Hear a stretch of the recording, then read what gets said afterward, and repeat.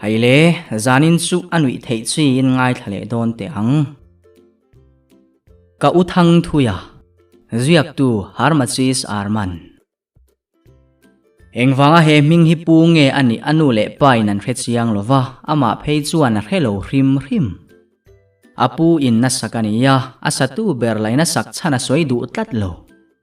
tin kau thang thuya kan ti verok chan po tu ma midangin an kom lova ama lain kom heksu kan pahnia riau le arhui ang maya kanin kop ve chot wangani ma sela ama awang hian zana ka van tok nem tak amai hi alai ve phuka alu po lian thatok takani bok tin palian tak pian mangkak deuh tru hi ania amit menga liana anar po ate chhelo akare po amai phu to kina zaw bok ma sela abengero chu te takani thaulam deuh ni in nango ve hlung boka asan zongero fit nga le in chikwa ani thung a han nui te hi akare azaw boka anui bigria win ka hetri enge moti takamin han en hian amit te hi akal deuh ro le ngala a han kaltela hi ain then hluawa ake hi apen po nilovin aphun hian aphun chut ni in ka heber thi tin kau thang thuya mak em na chu football lir la hi abin thei tlat eng ti chuin nge chui thin ti refia tu ma kan omlo kom thang nulalal du omina ilu hi alian sia anatina re om du big viau lo mo a han ti chu anate hian ana zaw big asin ati du lek chawani zan khat chu tle rol sang moi kan rima thlia vuk reng mai zan la chu athim hle chung lai chuan electric eng hila om ve heklo thla en lo chuan kholai hi thim thei takani chutia sang moi kan rim chu engti zia nge moni ni danga tong thadu ngai lo chu atong suam renga ani sang moi la chu tle rol nui du kan tiang chi kha lo ni bok ne chutia kau thang thuya tong suam lai chuan a ron nui ta chiam maya ani la chu a hoi ang vuala enge moi nui tak chiam mai le tia ka hanzo chuan sang moi chuan uthang thuya ke jung tang hi mole chak ai ke ang lutuk a phu sup mai a ron ti tamai kau thang thuya chu anui ru a ma se phu balak nan ti niom farhanin tharang ron soita amit meng ti dang lamina o han ti zoya athil soi po chu a hlau om du bi kariau sang moi po chu angoi hle to kelain kau thang thuya doi zia ka het sianga ka kalsan hlawin min kwa betle tla don ti ka hereng mai bok si nen kanuya zalok hle ti chuan kan hota kan ho kong tura tak chuan zol zaw vak lo omin no pang hovina pon che bolan pet na mun berani chutia kan ho tur kan chuak chu sum mun thim kan paltlang dek tia min kwa ngal tamaya keila in phakar ka lo chua kazuna chuak mai izung lokang ka hantia ani po chu azung vei tur chuti lai chuan zoi muangin ka tol son santa kima lalian kim lulok lutuk tiamin ko lai chuan katlan ta phut mai ani poron tlan ve ngalin chulai zola la chuan bong rual hwan lo bok chuni in kanin paltu chu bong in min phura min tlan pui ta fak mai thui vak lova min thaule chutia bong rual han tlan ta thu chu ke ma ni wangani ti lam ngai tu alovin tharang lam chuan kan ril ru kha ne dun bok ne lau tak chungin vai vut rim nam rum chungin kan tlan zui zela chuta no pang hovina gol banata na an phun tak mai chu kau thang thuya chuan a bitum le ta a han tu le chu aw satlia po ani to lo a tre na tre ruwa to gol ban te chu angai tharang zo vek to a wa han aw na samai mai tak tum khan le populai orate na mi khual nula oma ri marot le pek kan pani in kan rim le ta lo kongkalut masatura kan hanin non su ani tle makum lama upajok ti taka alut masata anni pulai orate nu pali an mi khwal sangi po tap chak lama melum ai nan lo thu ve me thut namin pek far tuwa tuk chop thu thleng niam te a chuan kan thua chuta ku thang thuya pek chuan kan nula rim chu thil danga be masata lovin a en de vunga chera ti deu nge ni thianu ikwat halovem ni aron ti phong maya sangila chuan ko thang thuya mel chu han en veya ani la in lo thlir vung mai si makati viau ni turani voile khata sangi chu aron nui ta phut maya a voi pal ta hlau mai le ngal ani pulai oranu pui po chu ti bok mi khwal nula sangi chuan zakti hriat takin oi ke chu ka du lo atia ani ku thang thuya la chuan enga ma angai lo nge ni imonga ping lo ti na ni kha alo ti le ro si chuta ani pulai ora pathupui fun mel tak mai chu ron nui chuak phutin a mui kha lo chip deuh bok sia ma sela heti lai hi a hritan lai kha lo ni bok nen a hna paron wai chuak le ta zu mai sangi nui zalutuk chu chuat ale thla a pulai ora nu pui la ina dul chu adom tangoi ngoi mai bok ne kan va han nui na samai mai tak tin nani ku thang thuya that ve em na chu in khoma thul du mi alo hi ani ma sela abula kan thu chuan kan ho vek zel rồi te hian tu te mo hi alo soi sa ama la khanui du heksu awa han re om thin tak thalai in khoma hian thu hil tu atling ve a thua soi don zana hi chuan in khom kan tam thei viau bok ti chuan le zan kha chu a hun alo thleng le ta a pulpita chuan dingin han hoi kwal vel vuala chuta zanina kan thu pui tur chu Nicola ani ti in thu puan bung ni le chang som panga han chiara il reng hi ani dik tak kol hi apoimo ani lo kol chu poi takani nang poimit aya inu mit kol ta la afu lo ngotang mi pa hian me cheta te kol ta tlatila kan buai tur zia chu a then chu an lo ri deuh that to ma sela ani la apur tial nge ni ipi thil kol su ita nge kol ro te an ti chowa atopa Nicola ni hi alo han poimo kan zawa in Nicola in yang u ti chuan ma kan so nang ti in pulpita tangin na chukta a in khom ho te chu tu ma kan in sum zo lo kan chairman ron ding le po chu atong lok thei lova in khom hlim om takani ti chuan ai zo la college kan kal ve ta a kan la in kop zel ni kha chu dam doi dora min lu puya dor ngak tu chu kum som li vel tur mui hek deuh hi ania kau thang thuya chuan chu nu chu nui deuh ru pa in kapi vitamin C min lo pete atia chu dor ngak tu la chuan lo hret chiang lo nge ni vitamin ni mo aron tia kau thang thuya la chu tle min na lo hitlang ve deuh bok ne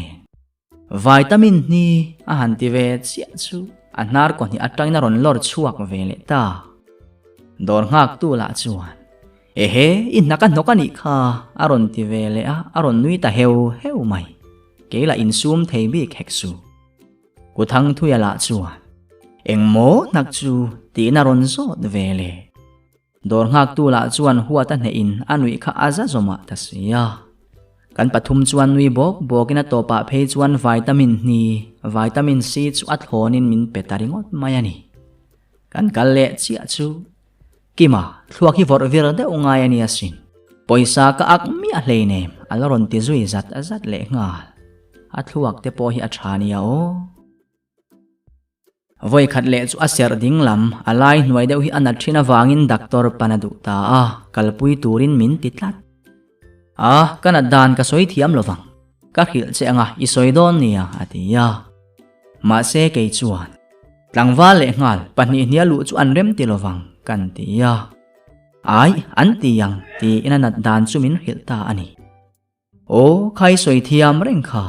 ti khan doctor ne la po soi mai ro kan tia ai ka du lo kanarwa sanga ni lo dai ka soi palang ati deu tlat mai boxi kan kal dun ta ani aming lamin kan pani in lu min phal sakta chu doctor la chu palian lam mel pui thu zet hi ani chutia mi pa si pahnia kan lu chu makalo ti devani ti amit menga tangin ka he theya thutnamin ko hmuwa chuan kan thua anat dan chu ka soi zui zat doctor chuan ku thang thuya chu tong thelo ve moti in zai zirin na han bia kapu ka tong thelom alo ti le ro si chu doctor po chu anui zui su ani chuan khoimo ike kor han phel te le doctor chuan aron tia enga timo kan enanga yalom mindon en zavina dinga aphel ve mai le ike korte po kha phel thale ro le doctor inaron ti le chu ti in voi le khata hlip thata phut maya apot chole zu doctor la chuan zakma ta che kan nei ve kalom ti in re chung in na pheta ala hup zui tu le ngal chu doctor la chu alo ngal ve rim nge ni heu awan nim thave aron ti sak le nga la analai ni om te chu han nem sakin ngai thak na te chu na dul le tak sa mun rang te chu angai thak sak le a iril phira ni hi azaya nga yang kar le thole a jing cho elovin dam doi na local la kan zai don chenia aron ti tamai chu ta ke chuan ani le kapu hetianga in zai don hi chuan a multe me 5 ve ka ngai tiro kalo ti ya o ni ma senar smell thatto kinan zia 5 sakang chu le doctorina ti lai chuan kuthang thuya chu alo meng bial vela ka zakang mani na lo in zia 5 lok thei mai lovem ni aron ti ta chut mai chu zong I thu ni ro se ma sela an ziat non le thowang mania in zia hi chu a 5 tok thin lo ati deuh tlata a in zai tur chu a hupur thungang ni turani tin na hupur lai ber chu nar sina an mu sak tur mol mai chu ani bok ti chuan blade chu lein tho tan nia a pindana puana in khu chungin a in ziat fai tamwal muala chu ti lai ana vina ka aron ti thut mai chu awa han tre na samai mai tak atu ka chuan choi khama ka kalpuya tuma ompui tu tur dang om heksu real phir zaite chu azan khatan ri atira atu ka an chua tir le deuh mai zel bok ti chuan damdo in kan thlenga thilom zia kan hanzo chuan azai tu tur doctor chu chungte thina awangin lung le akal thuta zai hun tur chu a riat lo thumin lo hilta ani uthang tuya chu han ngoi vunga chu ta nurse ne na kaloin ziat 5 vek to sia engtin nge ni yang a han tia nurse la chuan a 5 hun nga thazok da yang chumole ti na lo chang sam kan pania kan hole lam chu nui na satak kan ni tile don po ni selaka in ziat 5 to mi alowang ani na angalan ngam mai turani ti inain rosa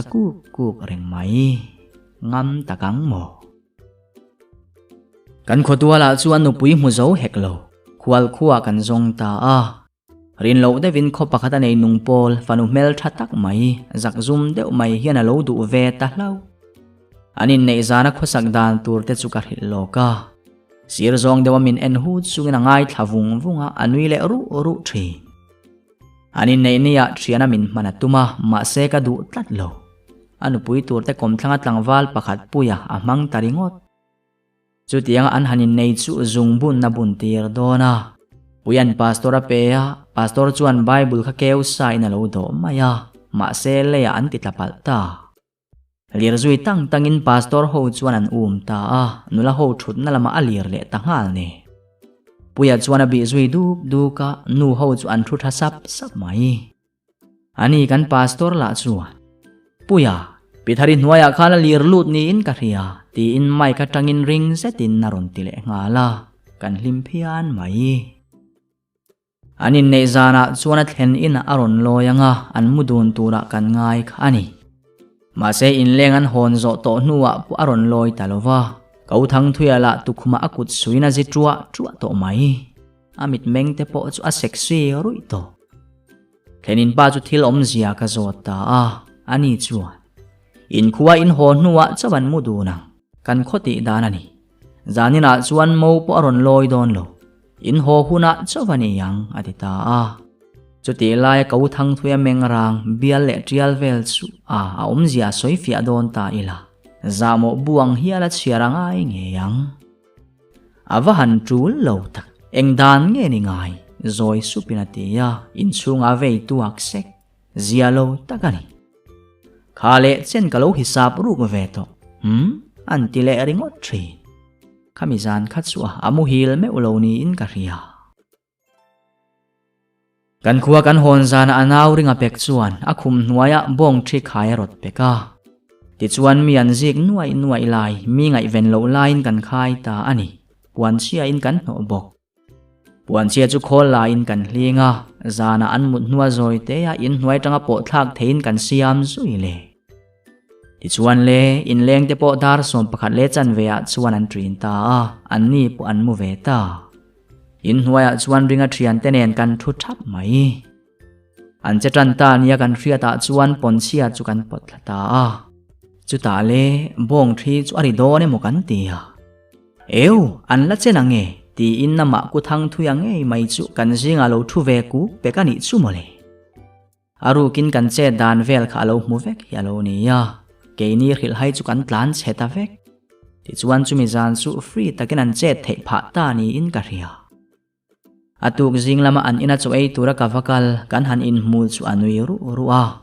a che sau sawa anu pui kal vel chu ka en chik deuh bok a pen vel chu nuama ti zan lo ti ka ria kau thang thuya bula voi engzat nge kan ti ya ani la chuan nui sun pa in nuam takani alo ti sam e ta kanwe wa han sa tak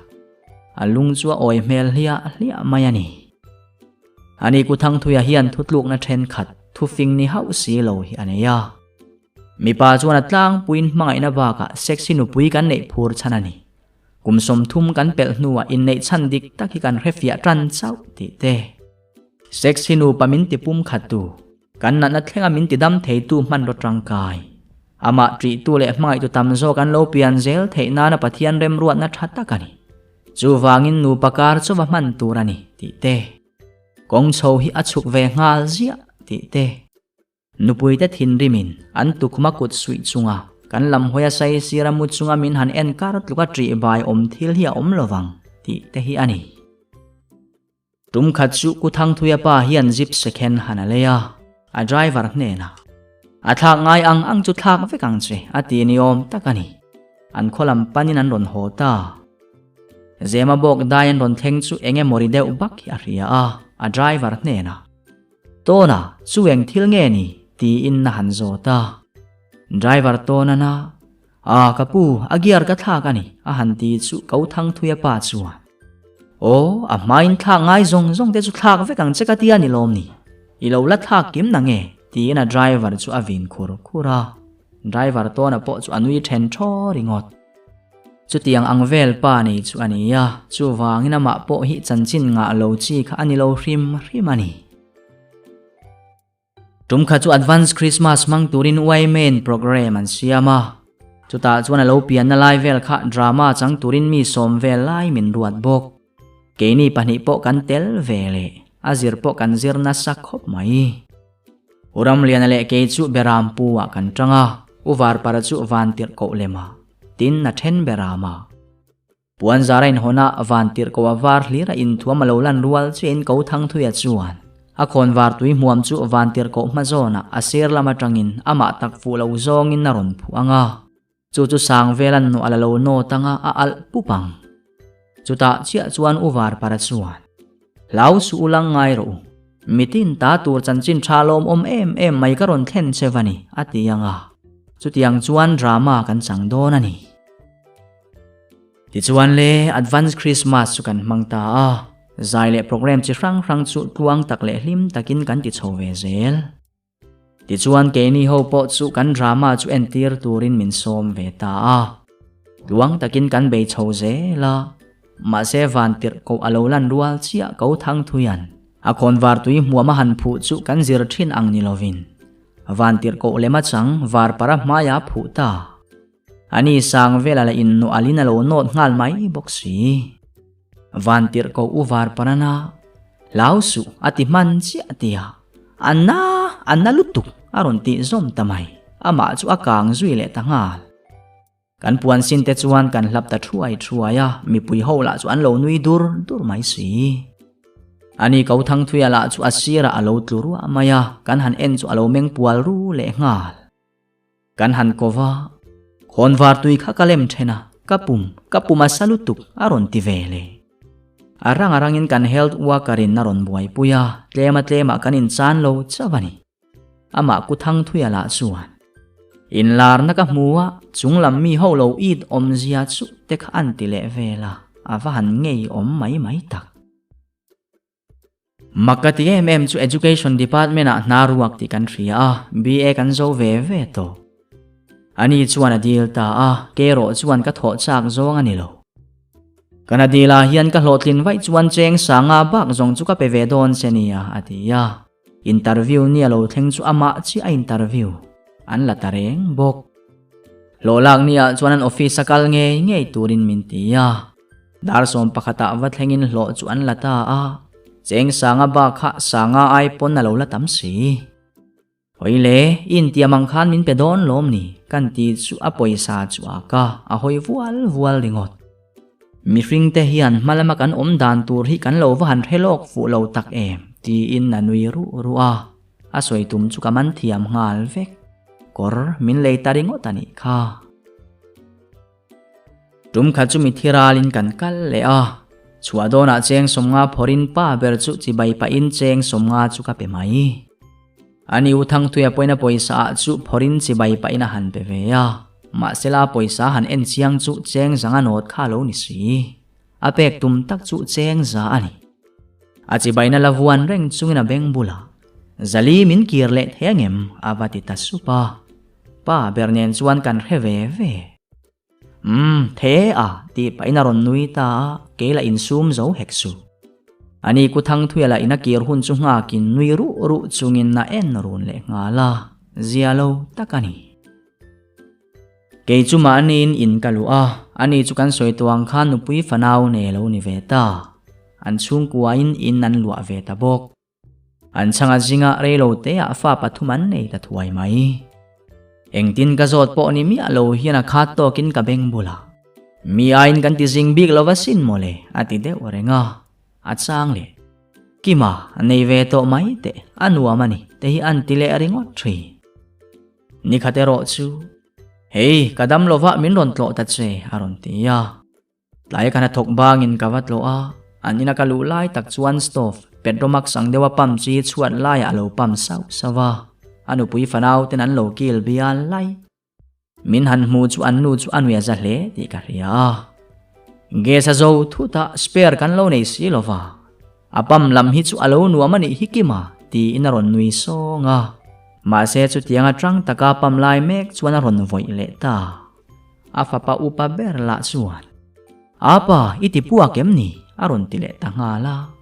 an nu chu dingin le lam hoina nui ngal char ti chuan an nu chuan thingpui lumin ke ni chu sitting room a kan lo ti mek ma se chu tia kan ti mal lai chuan voi le khata ku thang thuya chu aron nui ta phut maya a han nui te la hi akare azau bok nen anui big riau thri anui chan helovin ke po chu kalo then ve tho ringot e kima kan pastor hi nimina biak ina chair lai khan fa panga nei ti ka ngai tua chuaka amala ni sela adol dangina chair ve sia anui zen lova aphak chap reng mai bok si ne ma se fa panga nei tur chuan zan lama che ve thin ti chu thu dik takania a chelai tur ka mi thlain ka muwa in khom chung zong in engdang ma ka ngai tua theilo chu thil chu ani kanui ti za em tu chu aron ti ta a o iwan ho thei tak ti in nan nun na ron khap avat ke po chuan a thil soi chu ka ngai tua zuya kanui chu aza ve ta tol le ngal ani la chuan a chil ha ka anui khu tuar reng mai bok si kan van nui nem tak reife kan nui nuwa chuan thingpui te in som le in kadam lo khai ti sia hei iwan dam mel si ve katia an nu chuan en vunga mai analo hik mek an fa te chu pindan lama omin ka beng bul deuh che ta chuan ku thang thuya chuan kan office kan tho pui ka ma zona thu piro ni ka mu ne lu tuka dam lo tin casual leave kala ta ni hi aron ti ve su engwa ne viau nge mo ini le kan ti chu azur ve to sia akare azavina he la khalip tuara asam la khala tikir zui le nga a he la chuan hoi sen tur maya chuta ke korfan chi tot em mai hi aha a sa ju thla hi alang vi kul reng maya en lo ka tumla hian engwang te kher nge moni kalo en le thina kaluak te ti chuaka ka khwa te sik ur thi chuna po ka eng ma atui ngai lo atia asoi zo chu akun ngoya chua chu abi deuh tangur mai athil soile ama mel tuna dan te chuan kanwe ti za zual sawa chunglam enin ka then ve ta thoringot anula chuan min ron muin kan soi tu ro mang chu he thiam ngal mai nge ni min ron kok sawa ani po chu anui vele ta chiam mai chu mini chu kan van nui nem tak dik tak chuan ko thang thuya nen hian chet chian na kan nga ma se ke ma chet chiat ve na lam chu ka soi ve du lo mai ani ama hian min ti hlimin min tinui na sa a ngai tua lo hi min ngai tua tir thi kong sira William bok taksa chemi alwa min lo mel rul te hi kuthang thuya angria vin ka ria a kanui te aron zale thut thi ama awang hian ka risel pha ni in ka in rebok phone nei tharlima po khan min ron call ve nge ya hei kima karon miss call che ni hi aron tia ati toble ngal dai chutianga phone nei atang ni thumni a chuan ka va call le ta a arang farhan na ron hello vut nizana ron biak cheka tuma the call subscriber is busy as he is having sex with his wife fatizela makati khop mai katia angoi vunga engtin nge chu tiang ti an ron soi theile aron ti chu ka tong chun zom thei to lo lal lian kim lulok le ring zeta ati chu kala ria a kanui na salut tu kha engtik line nge ti to po ka hello rim tum kha chu sakhi thang kan kam ve a angula tan rem chang awang sia si hne tuai ban rek tia thingding thiang hi omin pakhat jok chau kan man chuan a nem lu tuk don ni in kan ria apan hiam man chu kan rel ta ani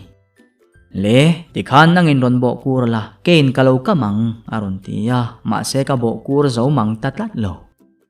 hoimo ke man kalo bo kurange ti in kein kam ka tum ta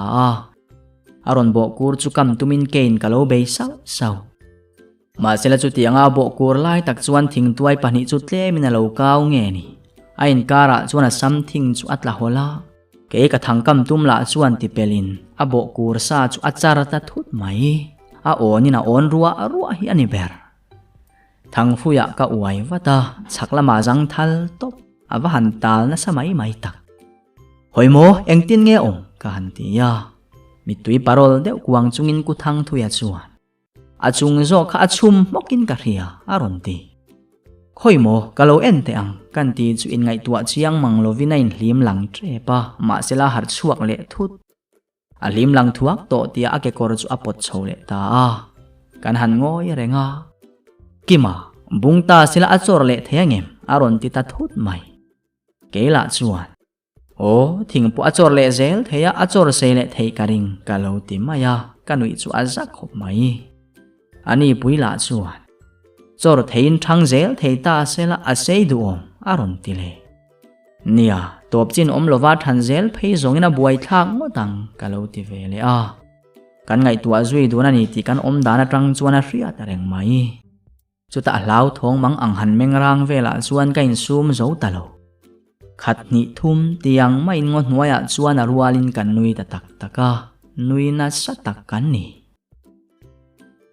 kan hokonga chuan kong kan bova khuwa thim lek to thang pik hi kan ton ko chopa ru aron sur le ngal bok nen vot takani tom hulna zongin vanei thak takin lung to lo chete yalo oma chumi hnuaya chuan kan tom taran mai me chem tuma kan alpai kan phor chu alo hu deu veka fokai te siama hal mai thei tura kan siam nuwa chuan kan hanin no choka ma se no albo ka alo chu alo hu nong deu veka allo bokina tlale zel thi atopa phei chuan pakhat chia to bungbu ti ve in nai fe ya kan bi duna bok khatla chu ano tu ni kan re kan in nona atopa chuan kowa atluta atin runa ahan no chu rin lo devina ron alzit ta phara kan lom lutuk ma se kan in sum han lo nui chuan kan ti hlum le pal ta sui chumi tuma kan be dong dun mel chu cheta kani tum khat le po chu petrol nim ve te ang kan tia apa meital tui churu in petrol kan pa ya daya kan kalta lo rizai kor themin kan chia kan han nima chuta kuthang thuya kan en chu kare achal chu ar tuala akhabe kha azuma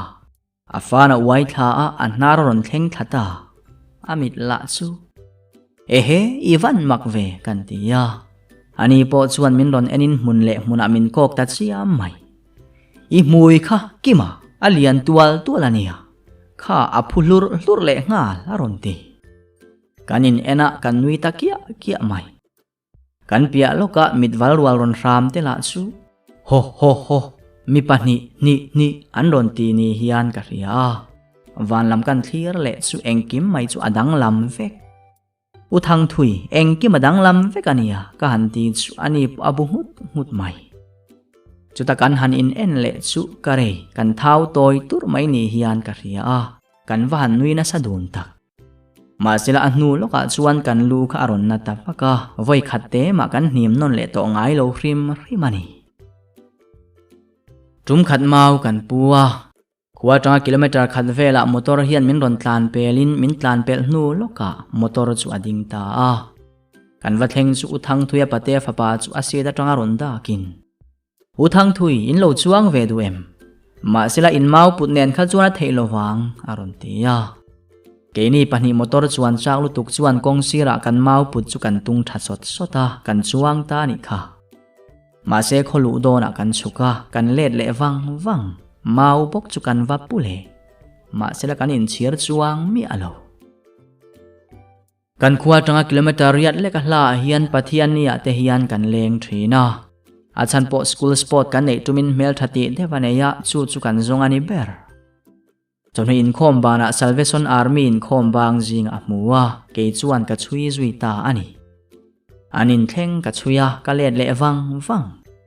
ka varhila anin lampanin kan kal dun le kan leng ve taroi mai lo fel em in tlai cho e ngal turin min tia an mela chu atui don ti kha hairual ni heksu ma se kan hole na tur la kha thui boxi kuthang thuya la chuan chu nula chu alo en le ngut thina kan tle roli chuna hlau mayang ti te po ka hlau pui lek cho e lova hon mai karota ma se ka u pui ro chuan o min po ve talo cho chu kan kil ve ta ani chutia cho kan kil lai chuan nu ber chuan in khuwa ka u ten omasin aron tia kan soi chhoze la ko thang thuya pa chu kan cho ena nu u khalo ni ta si ani fanu chu mel thati em chu lo ni in chutia cho kan an ei kham chu kam kan thua man tro ka arangin kan kholam panin tlan ti in kan hota ani kalkonga po kanin bemi alo anung zo ka kalin kama chuna kal butlau tlawa kot chua kan thlendona chuan kong dom mewa ding peu al chuna hoi vuala midang tu ma an om ve po ni hleilo a o chu ti zoi supa kalam ron hoin naw kim khovel dam chung hian mo soi mi alo tu ka chung te hena han soi vai te atia a lei se zet na ron chua zom le o avan poi tak ma sela amel chu athani tiro aron tia keipo chu ka bungat mai ui om takani kani fanu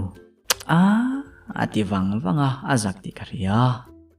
chu ta azak lu tuk ti ngai na hero chu alam ta chia maya alam dan la chu pui takani he thil hi nupuya nei ma thil theng ani bok kon puya kan u na win kan kala kan thil ti tur kan zo maina fa dam lo thuan nui na ron hril sumoin min ho san le tadai pathiani zanin khom bandar kuwa kan thil ti tur chu ka ti fel thei ta chawa riale tingtang ai chuan tin zan po ni se tin ho ka thang ta ani ko thang thuya tel lova khokar konga hantlan chu akho har thlak du khop mai lungdaya thingpui inin ruwa sur bur chu han ta dewa ma se tle minala sur tho thum dik tak chuan khom dan chu nuam lo ka tia ka chung rila chuan kal le hre riau na ka nei tat bok chulai ka thingpui in na te chuan riak turin min som ngat sela chuan ka o nge in ka ringani tiang tak hian kala hre ngai lo nidanga chuan ma ania khokar ko kal hi nuam ka ti jok ma thin kha ani ma se zan in chu ani hau lo ka chung rila chuan engemaw tak min kal tu hiya oma ka che swal don em niango ti ten ka ngai tua pha hial mai ti chuan sakor mui tuai tlang kalon chowa atlan sak theilo chumlani sela azing phui mupa malam fit som chin ba ka mu theilo vani ber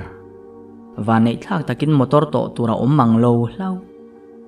ruala chu ala han fel lova chum chuana panin min ron pan zut ni in ka ria hun engemaw chen liam ta ruan channa lai mun ka tlan lai chuan chum chu tle min na kiang deuh hleka chuta chak em kalam pana motor ron tlan chu ka muta thut konga jema han sai na tur kha om heksu ka ding ta choi mai min ron su thun chu nga kin ka mai mi ching taringota ka thidon nge ni in kain reto kaum dan tur te chu ka lo hisab lo ka ma se ri fuwa hi ka ria a kan meng chu kan hnung lama chak zetin atlan liam ti ka he the kong chu ka han ena azim sia engtin nge min su lova atlan the makati tak zet ka tha te chu akhur hial to ani ma se ka tlan le tran chi ang tia chuan ama ang chia min tok zonga chak farhana motor lo tlan a headlight min ron chhun tu chu ka mule ta a ding le ngal patin tun tumero chu kamai mi swing to lo min ron subur tura ka ngai line min ron tuam hlup ni in ka ria a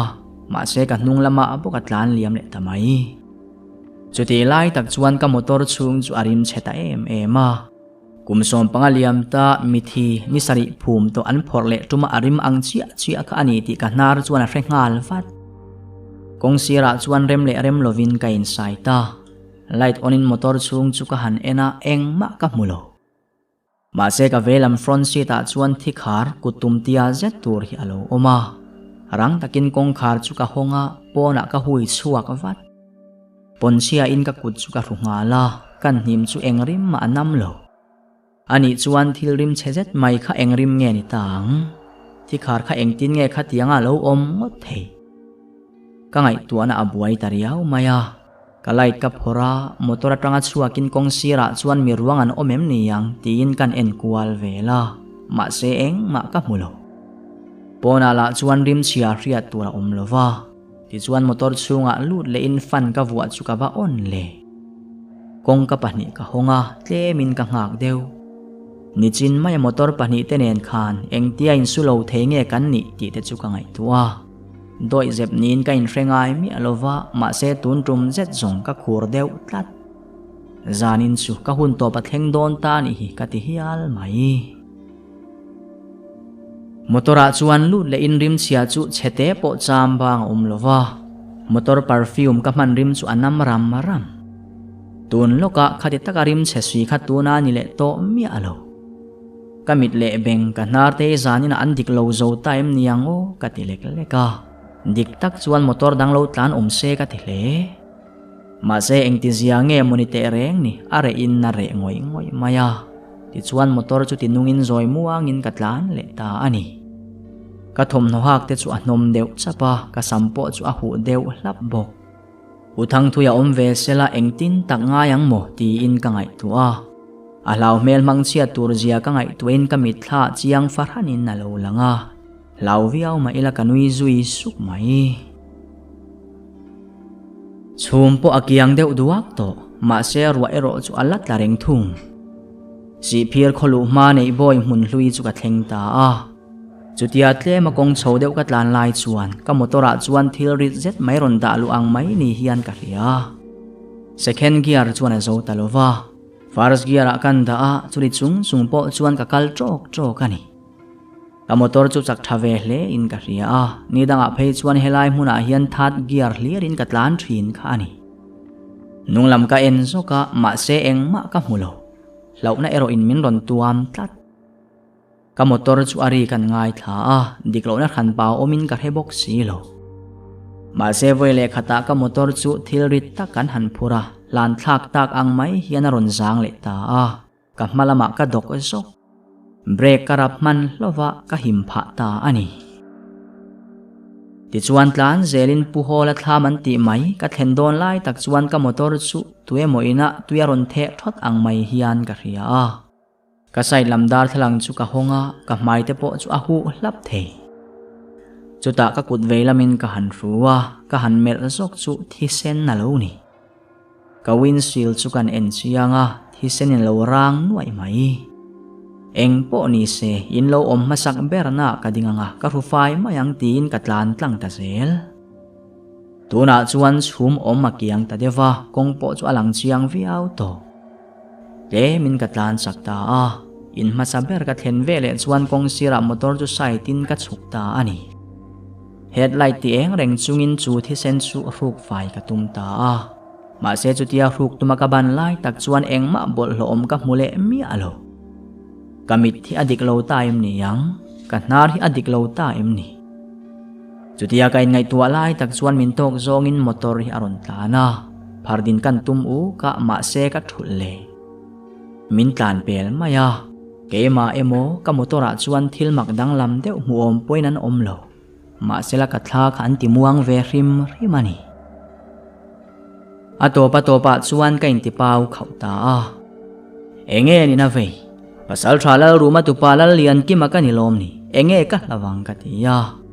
motora chuan lutin ka tinunga katlan le chia tia chuan mo amak lutu khatiang a front seat a thikhar om ka pai chuan a hmuna khan kalo om le dai to ani chu ma se katlan ta tho thowa uthang thuya ka ngai tu arau bok chil chakin ka dak chuak zoka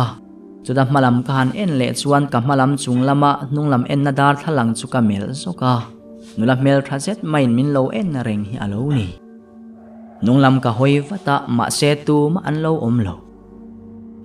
hầu mai ani thil hầu mai tia tong chua ka intro sa chung zelin katlan ta a chuta ka vela ma chuan chezeu omin ka ria a kan en chu uthang thuya alo thureng mai dar thalang hongin pon lam chua ena atukhum le taksa athuam no te chu hai ruala ni lo ni e keima u le thian thang thuya ngei kha ani uthang thui ti in kan kova adan pa ngain muang chang ina thu tha a ma se chu ta kalam maron hoi chia chu akhabe chu bal tha in na o ma abeta adang mon lang vek khopin min chiat khuma amit mu la ni sela ombok heklo aruak thim vek chuta je chuan ka tong khong ta lalpa min puiro tin ka au chuak lo thei talovani chuta ka bula thu uthang thuya ka ti mai chuan thum treng chuai mai hian lal lian kim lulok min ron tia aka tanga thorim lo chuak chu ni china thil rim em ka riat ang chia kha ani ni e adikani tuna ka thil ton hlau om em mai kan ngai thak zo chia kha ama kau thang thuyan han phua chin te ithiam don riau mai atia wanga ka phua chin ani ya ka jia sa chu an chiar kau ka wa i phua rang thiam a mun ma poi thang thiam fu mai keima po min ti rang thiam tak zet tak ni sila ka hlau om berang tiro aron tia he tiringot po hiani rap o masin kalo ti chu anui ve su ni kha chu phone thar le ka duwa wangina office bana azar kota rainbow dora kan luta phone chu kan han ena dor ngak tu nula pakhat chuan min lo be ngal vat kamit la deu ber chu ko kin na la chuaka nula la chu fele hoi hom zet mi dol zo zet mai hi alo ni nuam kan ti tapian mai chuti lai chuan kongka churan in hongin nula pakhat hi aron luti kamit sirin ka muwa kabul maya chuan ron dingin phone chu aron enve tabok a perfume rim chuan ka hnara verle chuta a mel ka han en chu atluk renga mel thale piannal kamit muwa tu ma an la in lar ngai lo ka phone tharman tur chu pe in kan ti fela han omlu izel na chila khan heksu chu nula kianga om theina tur chuan lam chu ka dap muzo bok si lo ne kan chuak ta kha ani kathian pale uni bok uthang thuya chu akal nga la ma se ke chu ka ke kha ache thei tlat lo phun ngi ang tlat mai kani thui po kal main uthang thuya bok chu aron len ta a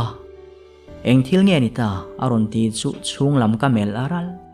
kamit menga tangin na hethiam nge ni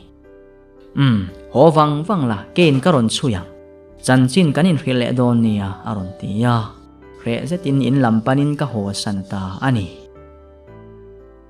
chumitu ka office ka kal chu enge moti tak hian ka oma tlai ban hun ni thuai se ka ti viau mai ban hun alo ni evele chuan ka in siama kau thang thuya te office lam chu ka pan ta vat an office ka vatheng phei chu ani po alo chuak chi a kan tlan zui le ngoi rengin ka maya chuan min en ta renga ka thon thu phua kha atak takina thleng don tai mo ka ti man hialani hovela hian mel thra kan ti ber chu ma ni hi kan lo ni aron ti supa chutia mi ni e nu pareng reng hi en la an ko pui tenen u naw ni om ta kan ni deu vek an melain ang tlang pui chumi om zia chu ma ni mel thra kan in ti bera kan mel an pui kan ko pui tan po kan lo du alo ni chuwangin kan ko pui tur kan zon rengin kan mel an pui kan zong turani bible po in ama tan pui tu tur a ko pui om mi ti in genesis enga molaya khana soi nge maya chu wangin mel in ang vak lo nu pa chu anin then le nge thina sin aron tia iril riau mai ka ti chuan i thil chui chu o ni don tak aming chulal lian kimi zuk niya ka oi lo oi mai ro i ming ang chi aming ane ani tak mo o ni apala chu kan department joint director anu statistics assistant ama MS lai akhai o ni don renga sin ma se zani na kan lengang ka hil lok vekto engtin mo a phone number min pe thak mo le ka motora chabi kan vuwa tu de chu ka vi thel vela ka khur deuh ti der ke ni unaw leng hi engkan an po ka ring ngut lo ve a ti chuan kulikon kan thlenga kan tlan zel kung sira motor hungin kong chaklama thuilo te kan kalle nuwa uti tia chuan doorbell chu amet rita a inchung lama tang chuan ongai no bele moi zet mai hian lo leng ro aron ti dam tap mai ni tu dang o ni lovin lalian kimi off kanu pui tur oriani nge yang chuti lai taka uthang thuya mela hlotling ti na le chapo na lo lang chu soifia ngai na ka hello ti chuan le uthang thuya chu apen luta a angel nui moi chuan thunna turmin ko hmuwa chutamin ko hmuna ori lo chuak le akut zung tang te chu awahan moi tak an sitting room fel fai zeta thuthleng dup nuam taka ko thang thuya chu dim lo bak sakin na thutlum ta thuya keiro chu dim te in ka thuthung angel le na run khani boka arim tuina fel fai amoi em bok a chan chu ti moi tua om tlat wangani kan pani in uthang thuya nen chuan kan thua uthang thuya dinglam thuthleng tanga angel nui moi chu athu ve bok alam po ka hoi thangam me ulovani ka thian paila lian kima ania in ming pu ain ang chia uthang thuya chuan ron tia ani mo thingpuin in du angem thei tuilama chuan ke chuan ka du zo kang nang kima ani tu thu ni ro se thei tui chu avala ani uthang thuya pek chuan dak mewa in chungina han karak vel peka alem ri ring khop mai le ngal engtin nge kan ko don se le ma kim min ti mai ro kan tum dan chi ani ma kim kan lo len chan hi ria em nula kan nia min ron ri mani mai lom ni nui sen chungin na ron tia uthang thuya tong le tur chu ka hupur lutuk kalau ip trang kau pur ang nge in uthang thuya chuan kima hian a muk phata tang che khan thil dang ngai tua thei to lova i hota kha karon zui char che a in karon theng to pani kha a mel hi thai tiem ti in sir zong in min ron enta hu mai le ngala ka khuwa de chu asik don lek ni in ka ria engtin tak chang ang mo ti in kalo ngai tua ka van lo ke point a mel tha ka ti chuan nang po ti in nanuya balun ham puar thep suai ang mai hi kani ma kimi zong nula fel le hoi ho mani ke chu tramin tiang ti garing sa